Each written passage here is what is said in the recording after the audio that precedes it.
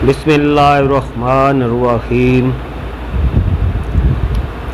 हदीस शरीफ है, हज़रत अबू हुरैरा रज़ी अल्लाह अन्हो ने कहा, एक बार हज़रत उमर बिन ख़त्ताब रज़ी अल्लाह अन्हो जुमे के दिन लोगों को खुतबा अरशाद फरमा रहे थे कि उसी दौरान में हज़रत उस्मान बिन अफ़ान रज़ी अल्लाह अन्हो मस्जिद में दाखिल हुए। हज़रत उमर रज़ी अल्लाह अन्हो ने उन पर तहरीज़ की, एतराज़ किया और कहा, लोगों को क्या हुआ है कि अज़ान के बाद देर लगाते हैं।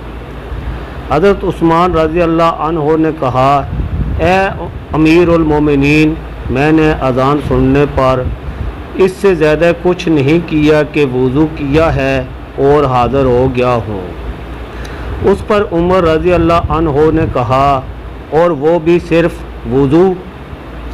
क्या तुम लोगों ने रसूल अल्लाह सल्लल्लाहु अलैहि वसल्लम को ये फरमाते नहीं सुना, जब तुम में से कोई जुमे के लिए आए तो वो गुस्ल करे। ये हदीस शरीफ है, सही मुस्लिम की हदीस नंबर है 1956। वीडियो को लाइक और कमेंट लाजमी किया करें, चैनल को सब्सक्राइब करें। अगली वीडियो तक दें इजाज़त। अल्लाह हाफिज़।